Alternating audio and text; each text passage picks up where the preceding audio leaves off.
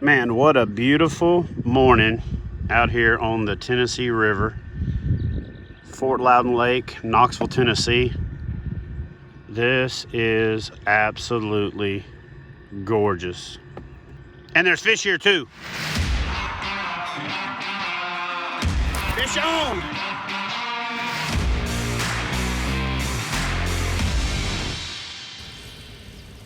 All right, guys, so we are out here on Fort Loudon Lake, and Fort Loudon is the Knoxville section of the Tennessee River system. It's where Ott Defoe won the Bassmaster Classic when it was here in Knoxville, and it is a phenomenal fishery.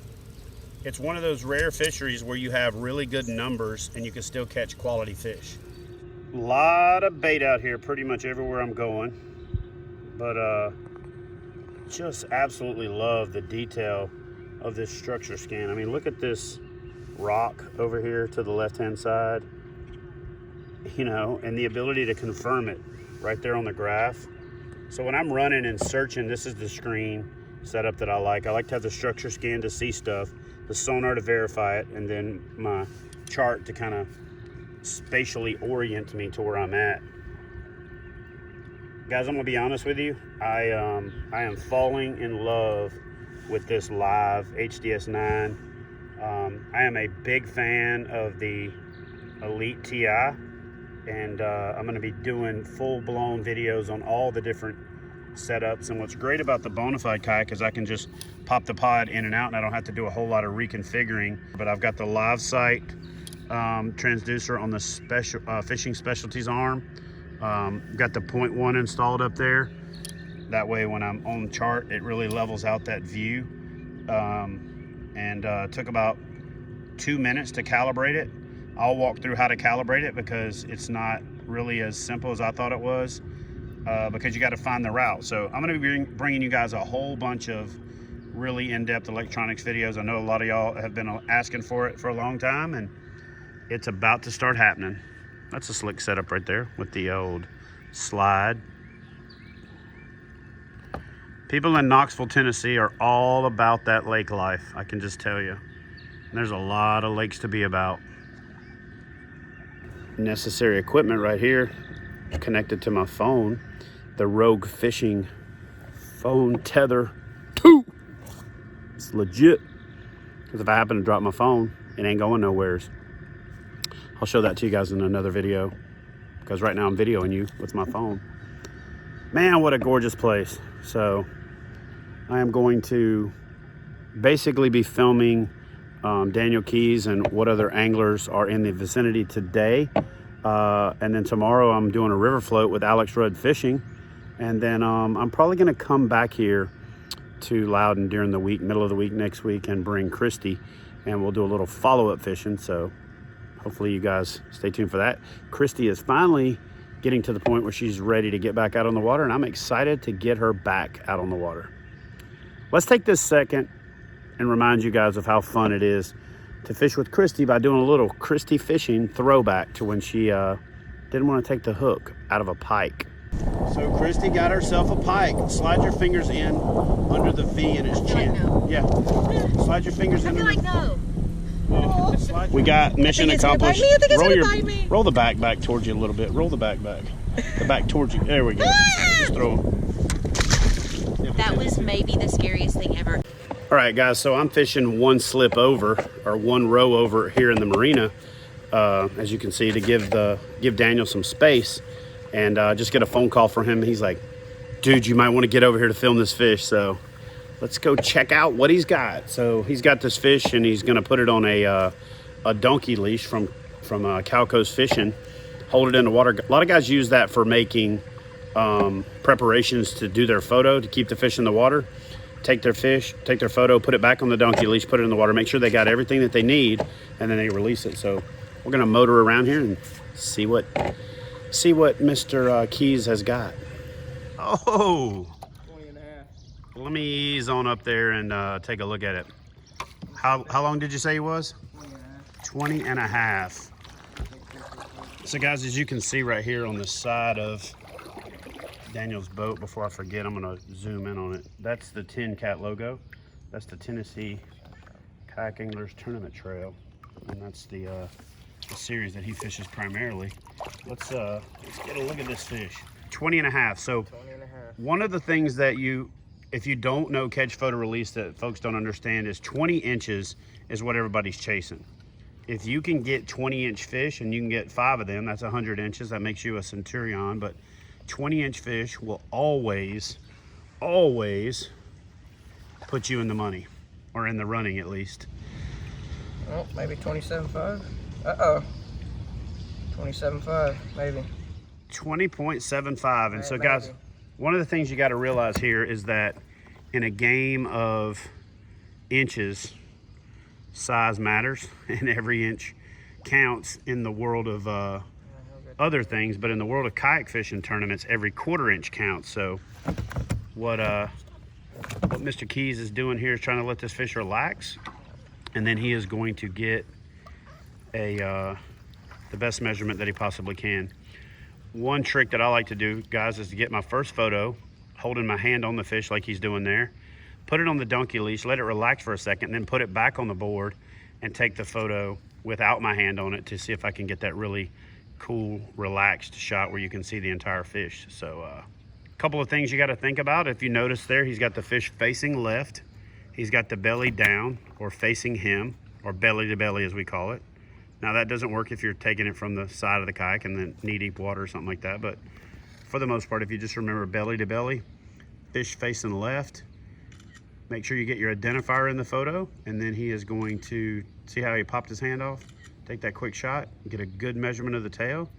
And that is how we do kayak fishing tournaments, catch, photo, release. All right, so he caught his 4th fish, and I didn't pull over here and mess around with him, but he actually just got his 5th fish and now has a limit. What does that one measure? 14. 14? 14. Cool. So let's stop for a station identification and do a quick leaderboard check to see where you're at. Have you loaded that one yet? I haven't. I haven't Cool. even taken a picture. So I'm gonna go check the leaderboard while you're measuring that, and we'll see where you're at. All right. All right, buddy. So I don't know if you're one of those guys that checks the leaderboard while you're fishing the tournament, but I just checked, and before that fish, you were sitting in 4th place with 63 inches. So if that fish is 14 inches, that's gonna put you at 77 inches, and that'll put you in the lead. I think you're the first one with a 5-fish limit, so that's actually gonna probably fluctuate if somebody else catches their 5th fish. But anyway, 5-fish limit and the lead at 7:30. Let's go ahead and get a little pounded out. Good job. Thank you. All right, now time to cull. Yes. Time to go. I gotta call these 14s.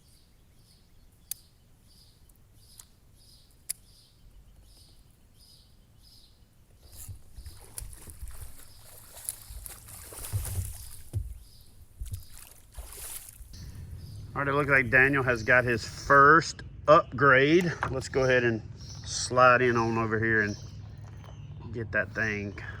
Oh yeah. Upgrade. Look at that. We'll get her on the board and see how big she is. All right. So he pulled that fish out of the net and he said, "How big do you think it is?" I said, 15 3/4. He has shoulders kind of saying, "No." And he put it on the board and it was 18. Tell you what I'll do, guys. I'll pull over there and get him to walk you through how to measure a fish. Okay, so first of all, I usually do like a process. So I'll take my board and I'll put it up and I'll put it through my H rail and prop it up so the fish, when I put him on the board, his nose is going to slide down. It's going to hold the mouth closed even better. So I'll do that, and then I'll take my phone out and always have your identifier. Of course, these fish are being funky. And I'll just lay I usually have an identifier slot where you can put it on your board, but it's messed up, so I had to take a bag and just put it in there, and I'll put it right about where the mouth is, just so everything's together. And yeah, then I take my picture and release him. Cool. All right, well, let's get that girl back in the water and then see where that puts you on the leaderboard. All right, guys, so here is the deal. It's hot. We've got approximately an hour and a half left to fish, and Daniel is over here frantically retying. So we're gonna go and get inside his head, find out what he's thinking, what his plan is, and how he plans to ride this thing on out, and to see if he even knows where he's at on the leaderboard. So, all right, Daniel, see you retying. What you tying on now? What's the game plan?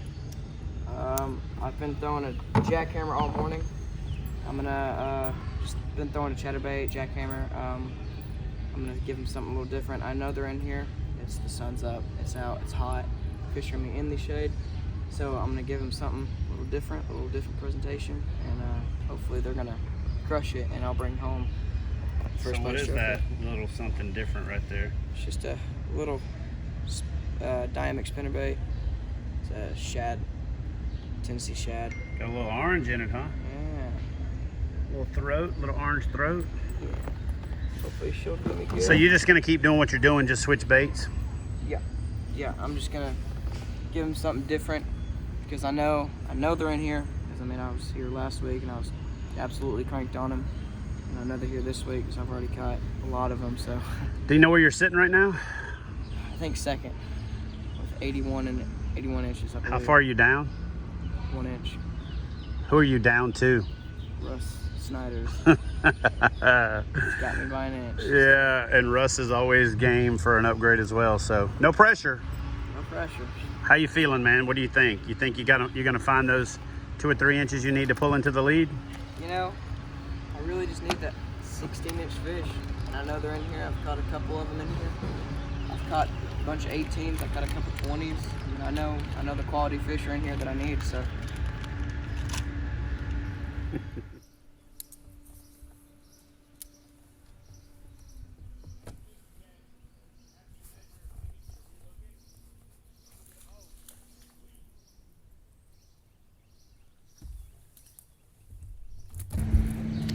So guys, I couldn't let Daniel come out here and have all the fun, so I put on a spinnerbait myself and throwed it up in there, and that little dude right there flat out chomped it.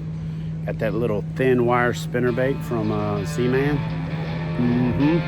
They like it in the shade, man, in the shade.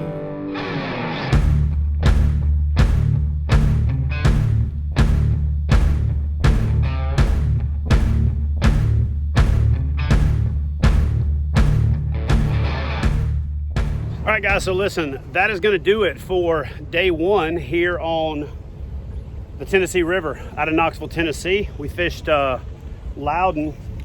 This little man right here absolutely laid the smackdown. So what I'm going to do is I'm going to flip the camera around, let him tell you about his day, and then we'll talk about the results right after that. So, all right, Daniel, tell me about your day. It was pretty good. I started out strong, had a 20 and a half at like 7:30. So I thought I had this thing wrapped up pretty good, and then had an 18 at about 9 or 10 o'clock and kept fishing hard, and I hooked one on a chatterbait, and he broke me off, and I knew then that's what did it. But I just couldn't get that extra fish, that kicker, to place in first. So it's okay. I think I finished in the top 3 though. So. All right, so listen, no matter where you finish, and one of the things that we're doing with this COVID-19 setup is we're letting everybody head home. They all have to do is check in and check out on TNKATT. So make sure if you haven't done so yet, you check out on TNKATT. It's a really cool feature that TNKATT has. So here's the thing, man. Do not hold your head low. I know you've won both TNKATT events on this lake, right? Yep. The difference is the guys that you're fishing against in this KBF series are the top anglers in the country. There's either 6 or 8 of the top 10 nationally ranked anglers fishing in this event, and Russ Schneider, the one that passed you for the lead about midday, literally is the #1 ranked hottest angler in the country. He won the KBF Angler of the Year. He won the Trail Series Championship. He won the 10, which is competing against the top 10 anglers in the country. He went out and won one of the Hobie Bass Opens, and then I think he's even won another event since then. So nothing to be ashamed of, especially when you're what, 12? Yeah, you're funny. You're funny. So anyway, so listen, man, tell everybody at home what kayak fishing means to you, what tournament fishing means to you, and then we're going to take it home with that. It's definitely different from a bass boat. You get to go places where you can't go in a bass boat. It's just great because you can, you have your own little personal boat.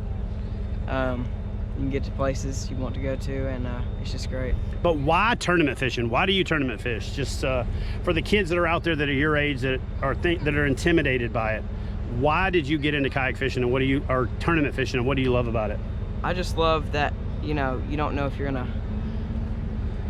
wake up and bring home a couple $100 or it gets you out of the house, especially I know everyone likes to play video games and stuff, so it gets you off that for a while, and you just get outside and enjoy God's creation. Sweet. Yeah. Well, listen, I couldn't say it better myself, and watching this kid, literally kid, all day just grind and get composed and get recomposed and put baits in places that seasoned pros couldn't put it was a pleasure to watch. Dude, it was fun. I want to come back and fish with you when we're just fishing for fun. That way I can fish, because I had to pretty much keep my rod put away. Saw a couple of big fish right at the end of dock, so definitely know that dock bite is warming up as it's warming up, and something about Tennessee fish. They love docks. Anyway, tell them where they can find you on social media to follow you and all that good stuff, and then we're going to get out of here. So Instagram, it is Daniel Keys _ or it's Daniel _ Keys with 2 S's and an E. You got Facebook or any of that, or is that for old people? I got Facebook. It's just Daniel Keys. And then my YouTube channel is the Basser, the _ BASSER. Sweet. All right, guys, I'll link up all that in the description box. Thanks, buddy. Appreciate it. Be safe heading home, and we're going to announce the results tonight live at 7 o'clock. All right, guys, so listen, I spent a long day on the water with Daniel, and I got to say, I really watched that kid, and he dissected water better than any 16-year-old that I've ever really fished with, especially considering that he didn't have electronics. Now, about halfway through the day, we checked the leaderboard, and he relinquished the lead, and he never got the lead back, and he was passed by the guy that really needs no introduction in kayak fishing at this point. He is literally the hottest angler in kayak fishing. Not hot like model hot, but hot like, you know, streaking. Not like that kind of streaking, but you guys know what I'm saying. He's on a hot streak.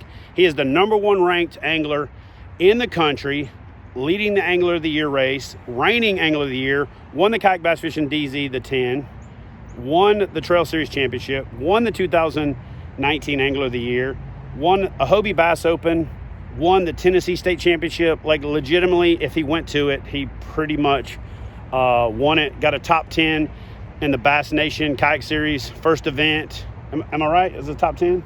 Got a top 10. I mean, this dude is on fire. He really doesn't need much introduction.